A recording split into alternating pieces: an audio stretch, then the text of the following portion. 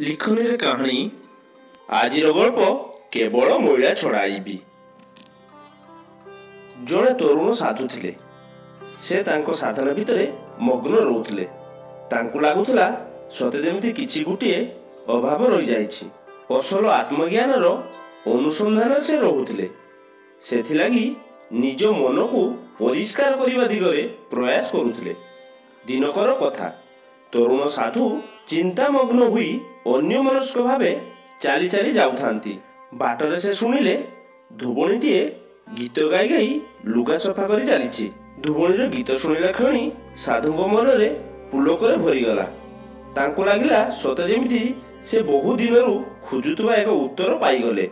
धुबणी जे गीत गाउथला तार सारमर्म थिला एइपरि। मु एठी लुगा को पानी रे बारंबार धुउछि। तुमे भाबुथुबो जे मु एठारे लुगा सफा करूछि, किंतु ना, मु लुगा सफा करू नाही। लुगा तो आगरु सफा थिला। सेथिरे केवल जहा किछि मैला लागिथिला। मु एबे ता छोड़ाउछि। सफा को सफा करबा केमिति? केवल सेथिरे लागिथिबा मैला को छोड़ाइबी ना।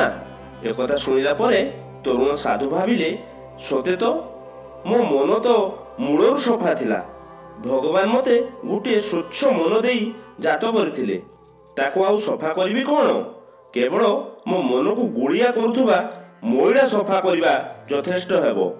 साधु मने मने धुबणी को धन्यवाद जणाइले। दर्शक बंधु, क्षुद्र गल्प साहाय्य आपण मानक एंटरटेनमेंट करबा या हमर छुटिया प्रयास। जदि कोनोसी उच्चारण भूल थाए ताहारे मते क्षमा कर देबे।